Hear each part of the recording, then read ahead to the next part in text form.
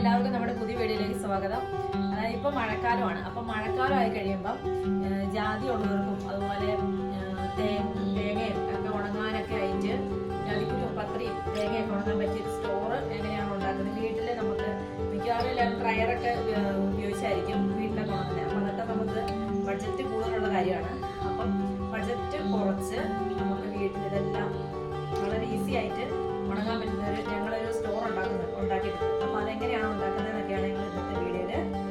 അപ്പോൾ വീഡിയോ ഇഷ്ടപ്പെട്ട എന്തായാലും ലൈക്ക് ചെയ്യാനായിട്ട് ആരും മറക്കരുത്. ഡയറി ഫാമിൻ്റെ വീഡിയോസൊക്കെ ആണെങ്കിൽ ഒരുപാട് ലൈക്കൊക്കെ വരുന്നുണ്ട്. അല്ലാത്ത വീഡിയോയ്ക്കൊക്കെ ഞങ്ങളുടെ തീരെ ലൈക്ക് കുറവ് കേട്ടോ. അപ്പോൾ ഞാനൊരു 50 ലൈക്ക് പ്രതീക്ഷിക്കുന്നുണ്ട് കേട്ടോ. അപ്പോൾ എല്ലാവരും കാണണേ. അപ്പോൾ നമ്മൾ ആദ്യം ഒരു സ്റ്റോർ ഉണ്ടാക്കിയതിൻ്റെ വീഡിയോ നമ്മൾ ഇട്ടിരുന്നു. പക്ഷെ അതെന്താ ചോദിച്ചാൽ ഞങ്ങൾ കമ്പി വലയായിരുന്നു മണ്ണലിട്ടത്. അപ്പോൾ അതെന്താ ചോദിച്ചാൽ ഞാൻ പുക വല്ലാണ്ട് ഇപ്പോഴും പുക 24 മണിക്കൂർ പുകയാണ്. കത്തുന്ന സമയം മുഴുവൻ പുകയും വന്നുകൊണ്ടിരിക്കും. അതുപോലെ തന്നെ എന്താണെന്ന് ചോദിച്ചു കഴിഞ്ഞാൽ ഇപ്പം തേങ്ങ ഉണങ്ങുമോ അല്ലെങ്കിൽ ജാതിക്കുരു ഉണങ്ങാം പ്രശ്നമുള്ളൂ. എന്നാലും ഒരുപാട് ചൂടായി കഴിഞ്ഞപ്പോൾ അതിൻ്റെ മോട്ടറുണ്ട് കൂട്ടിങ്ങൊക്കെ പോയി.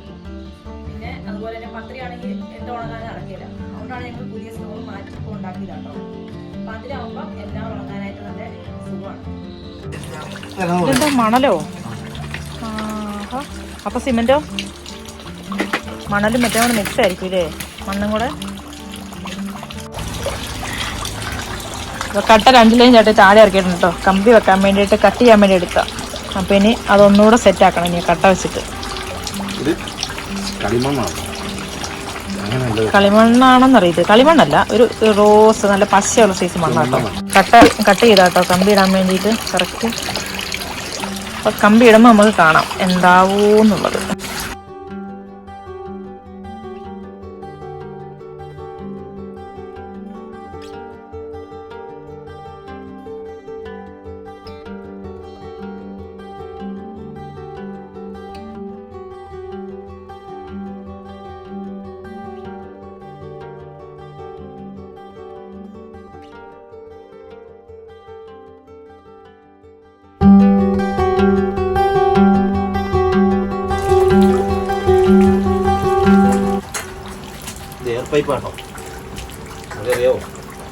പുക പോകാൻ ഇത് ഞങ്ങൾ ക്ലോസ് ചെയ്തിട്ട് ഫുള്ള് ക്ലോസ് ചെയ്യും. എയർ ഇതിനുള്ളിൽ കൂടെ ഒലിപ്പിക്കാനുള്ള പരിപാടി. ചൂട് മാത്രം വയ്ക്കാൻ അല്ലേ?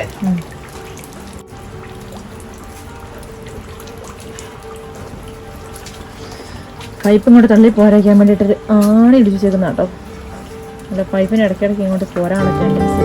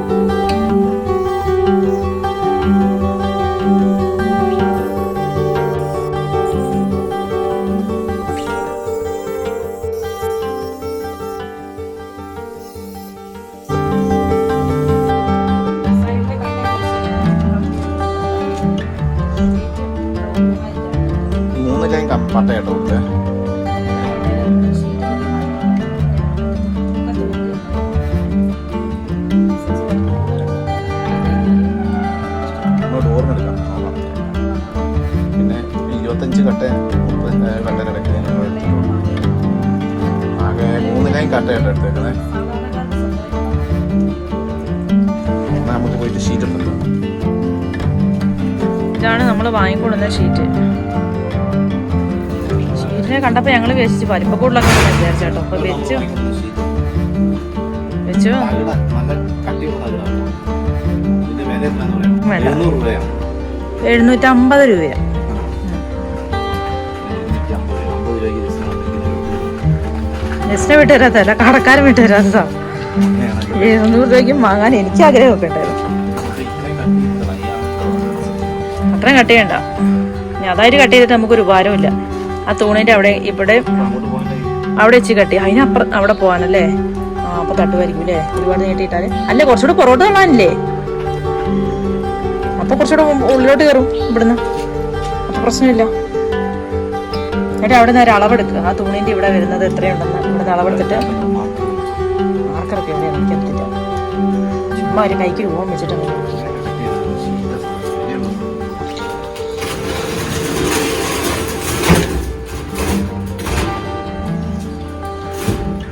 അറിയാലോ. ഇച്ചിരി കുറവാണ് കുമ്പളാറല്ലേ? ആ അളവ് ബാലൻസ് ഉള്ള അളവ് ഇങ്ങോട്ട് പിടിക്കരുത് ഇതിലേക്ക്. എന്നിട്ട് ഇവിടെ ഡോറിനുള്ള വെച്ച് നോക്ക്. അല്ല ഡോർ വേണം, ഇത് വെക്കത്തില്ലേ വേണേല്? മണ്ടയിലിടുമ്പോഴല്ലേ പ്രശ്നം. ഇത് എളുപ്പം കിട്ടും. അവിടെ വെച്ചാൽ ഞാൻ കട്ട് ചെയ്തു. അപ്പൊ പിന്നെ ഇനി കുഴപ്പമില്ല.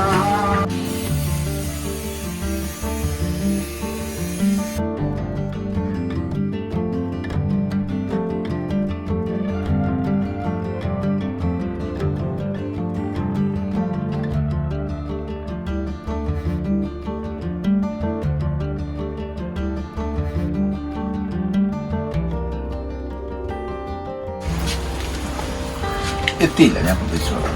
എന്നിട്ട് എത്തിയുമില്ല. വെൽഡിംഗ് മെഷീൻ ഉണ്ടായിരുന്നു, സുഖമായിരുന്നു.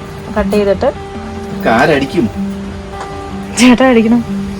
ഷീറ്റ് എടുക്കുമ്പോൾ ഒരു ഷീറ്റ് എടുക്കണം. ഒറ്റ ഷീറ്റ് ആയിട്ടല്ലേ? അതിന്റെ അളവ് കറക്റ്റ്. പീസ് കട്ട് ചെയ്തിട്ടുണ്ടെങ്കിൽ അല്ല, നമ്മളിത് കഷ്ണം ഇപ്പൊ ഈ മുറിച്ച് അവിടെ നിന്ന് എടുത്തു കഴിഞ്ഞാൽ മുറിച്ചിട്ടുണ്ടെങ്കിൽ അവര് വില കൂട്ടും. പോലെ എടുത്തോണ്ട് നമ്മൾ മുറിച്ച് കഴിഞ്ഞാൽ കുഴപ്പമില്ല വില. ഇവിടെ മണ്ണെടുത്തിട്ട്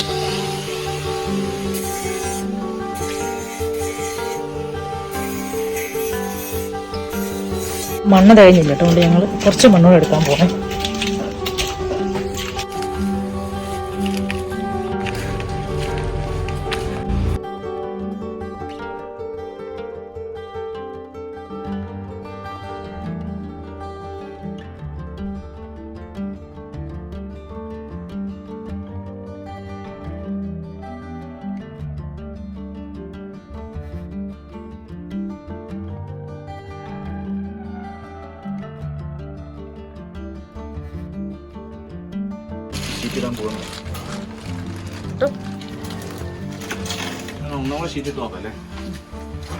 സക്സസ് ആയോ എന്നല്ലേ തീർത്തിട്ടോ.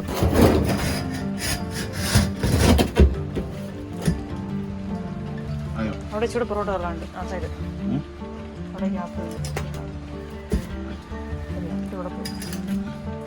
ഓക്കെ നമുക്ക് കൊടുക്കും. ശരിയൊക്കെ ഇരിക്കട്ടെ.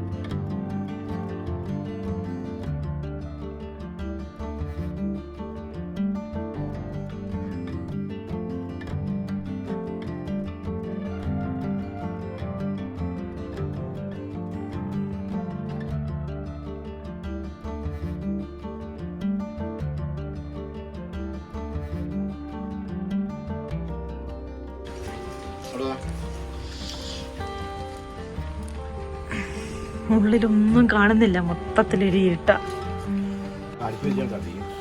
നമ്മുടെ അടപ്പിന് വലിയ ഷേപ്പ് ഇല്ലാത്തതുകൊണ്ട് അതിന് സെറ്റാക്കി വെക്കണം കേട്ടോ, അല്ലെങ്കിൽ എയർ പോകാൻ ചാൻസ് കൂടുതലാണ്. അപ്പം നമ്മൾ അടപ്പ് മാത്രം നമ്മുടെ സെറ്റായിരുന്നില്ലായിരുന്നു, അടപ്പ് സെറ്റാണ്, പക്ഷേ ഷേപ്പ് റെഡി ഇരുന്നുള്ളൂ കേട്ടോ. പിന്നെ ഒരു പോരായ്മ എന്ന് പറയുന്നത് നമ്മുടെ ഇതിനകത്ത് നമ്മുടെ പോക്കുഴൽ കുറച്ചുകൂടെ വണ്ണമുള്ളത് വേണം. വെക്കുന്നവരൊക്കെ ഒന്ന് ശ്രദ്ധിക്കണം, കുറച്ചുകൂടെ വലിപ്പമുള്ളത് വെക്കാനായിട്ട് ശ്രദ്ധിക്കുക. പിന്നെ അടപ്പൊക്കെ നല്ല ഗ്ലാമറാക്കി വെച്ച് കഴിഞ്ഞാൽ ഗ്ലാമറായിരിക്കും കാണാനായിട്ട്. ഇത്രയേ ഉള്ളൂ. ഇതവിടെ ഒട്ടിച്ചു വെക്കാനല്ല സാധനം തുറക്കണത്. എന്തോന്നത് വാതിൽ അടച്ച് പൂട്ടുക. ഇവിടുന്ന് ഒരു പന്ന ഇത് എടുത്ത് ഷീറ്റ് എടുത്തിട്ടുണ്ട്. പഠിച്ചില്ലെങ്കിൽ ഉണ്ടല്ലോ ഒട്ടീരും പറ്റിയിലൊക്കെ കഴിഞ്ഞു കേട്ടോ. അപ്പൊ തീ ഇട്ട് നോക്കട്ടെ, ഇനി പൊട്ടി തെറിക്കുമെന്നും അറിയത്തില്ല, പുഴയിൽ കൂടെ പോകുമെന്നും അറിയത്തില്ല. അപ്പൊ പരീക്ഷ നോക്കാൻ പോകണം. അപ്പൊ ചേട്ടാ തീയൊക്കെ ഇട്ടിട്ടുണ്ട്. ചെറിയ തീയ. എന്റെ കണക്കൂട്ട് ഇത്രയും തീ മതി കേട്ടോ ഇതിന്റെ അകത്ത് ഇടുന്ന സാധനം ഉണങ്ങാന്. ഇപ്പം ചെറുതായിട്ടൊന്ന് വീശി കൊടുത്ത് അതിൻ്റെ അകത്തൊരു എയർ വിടണം, എന്നാലും ഈ സാധനം പുക അങ്ങോട്ട് പോകും കത്തി വരുമ്പോ. ഈ അടപ്പേ എന്റേതല്ല, ഇത് ജസ്റ്റിനാട്ടോ എന്റെ സെറ്റപ്പ്. ആയിക്കോട്ടെ, മുറിച്ച് തരാൻ പറഞ്ഞിട്ട് മുറിച്ച് തന്നില്ല, പിന്നെ ഉള്ള പോലെ വെക്കാൻ പറ്റുള്ളൂ.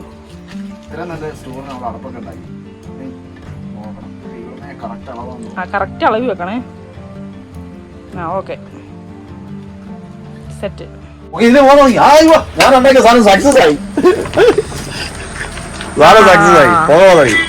പുക വന്നു കേട്ടോ.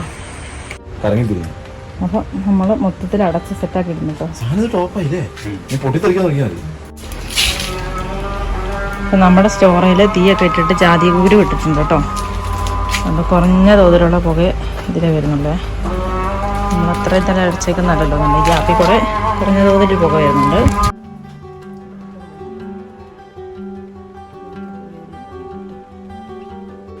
സ്റ്റോറിൻ്റെ ആദ്യത്തെ ഡോറ് മറിഞ്ഞു പോയിട്ടോ. സേവനമൊന്നും ഉണ്ടാക്കി വന്നപ്പോൾ മറിഞ്ഞു പോയി, അപ്പോൾ പൊട്ടിപ്പോയി. അപ്പോൾ അതുകൊണ്ട് രണ്ടാമത് സെറ്റ് ചെയ്താട്ടോ അത്. അപ്പോൾ കണ്ടോ, ഇതിൽ കുറഞ്ഞ തോതിൽ പുക പോകുന്നുണ്ട്, ബാക്കി പുക ഇതേ ഇതിലിങ്ങനെ പോകും കേട്ടോ. നമ്മുടെ പുകക്കുഴയിൽ കൂടെ കേട്ടോ, നമ്മുടെ പുകക്കുഴയിൽ കൂടെ പോകുന്നുണ്ടോ, ബാക്കിയുള്ള ഇങ്ങനെ പൊക്കോളും. അപ്പോൾ പുകക്കുഴൽ കുറച്ച് വണ്ണം കുറവായി തോന്നുന്നുണ്ട് കേട്ടോ. പിന്നെ ഉണ്ടാക്കുന്നവർ ആ ഒരു കാര്യം ശ്രദ്ധിക്കണം, കുറച്ച് വണ്ണം കൂട്ടി ഉണ്ടാക്കുവാണെങ്കിൽ പുക ഫുള്ളായിട്ട് അതിൽ തന്നെ പൊക്കോളും. അപ്പം തീ ഇടുന്ന ഫസ്റ്റ് ടൈം നമ്മൾ എന്താ ചെയ്യണമെന്ന് ചോദിച്ചു കഴിഞ്ഞാൽ, ഫസ്റ്റ് ഇതുപോലെ ആദ്യം ഒരു നമ്മൾ കത്തുന്ന സമയത്ത് കുറച്ച് പുകയുണ്ടാവും. അപ്പോൾ ആ സമയത്ത് ഇതുപോലെ കുരുവൊക്കെ ഇടുക. പിന്നെ തേങ്ങയൊക്കെ ഉണങ്ങുകയാണെങ്കിൽ പ്രശ്നമൊന്നുള്ള രസമുണ്ട്, അതിനുള്ള പുകയൊന്നുമില്ല. പക്ഷേ ഇതുപോലെ ജാതിപത്രിയൊക്കെ ഉണങ്ങുന്ന സമയം പത്രിയാകുമ്പോൾ പെട്ടെന്ന് പുക പിടിക്കും. അതുകൊണ്ട് തീയൊക്കെ തീർന്നു കഴിഞ്ഞ് പിന്നെ അവസാനം കനലാവും, അപ്പോൾ ഒരു തുള്ളി പോലും പുക ഉണ്ടായില്ല. ആ സമയത്ത് മാത്രം പത്രി ഇടുക, കുരുവൊക്കെ എടുത്ത് മാറ്റിയിട്ട് പത്രി ഇട്ട് കഴിഞ്ഞാൽ, ഇപ്പോൾ വൈകുന്നേരമൊക്കെ ആണെങ്കിൽ പത്രി ഇട്ട് കഴിഞ്ഞാൽ നേരം വെളുക്കുമ്പോഴത്തേനും നല്ല റെഡി ആയിട്ട് അവിടെ ഉണങ്ങി കിടക്കും. ഉണക്ക് കൂടുതലൊന്നുമില്ല, കാരണം പിന്നീട് തീ കത്തുന്നില്ലല്ലോ, ഉള്ള ചൂടിലാണ് ഇരുന്ന് ഉണങ്ങുന്നത്. അപ്പം നമ്മൾ സ്ഥിരം അങ്ങനെയാണ് ചെയ്യുന്നത് കേട്ടോ. അപ്പം ഇതാണ് നമ്മുടെ സ്റ്റോറ്. അപ്പോൾ വീട്ടിൽ ഇതുപോലെ സ്റ്റോർ ഉണ്ടാക്കി കഴിഞ്ഞാൽ നമുക്ക് ജാതിക്കുരുവോ ജാതിപത്രിയോ, ഇപ്പോൾ മഴക്കാലമൊക്കെ അല്ലേ, വേനലാകുമ്പോൾ നമുക്ക് കുഴപ്പമൊന്നുമില്ല, വെയിലത്ത് വെച്ച് ഉണക്കിയെടുക്കാം ഈ സാധനങ്ങളെല്ലാം. അപ്പം മഴക്കാലത്താണേലും എണ്ണയൊക്കെ തീർന്നു പോയി കഴിഞ്ഞാൽ തേങ്ങയുള്ളവർക്കൊക്കെ ആണെങ്കിലും ഉണങ്ങാനൊക്കെ നല്ല അടിപൊളി സ്റ്റോറാട്ടോ. അപ്പം ഇതെല്ലാവരും ഒന്ന് പരീക്ഷിച്ചാൽ മതി.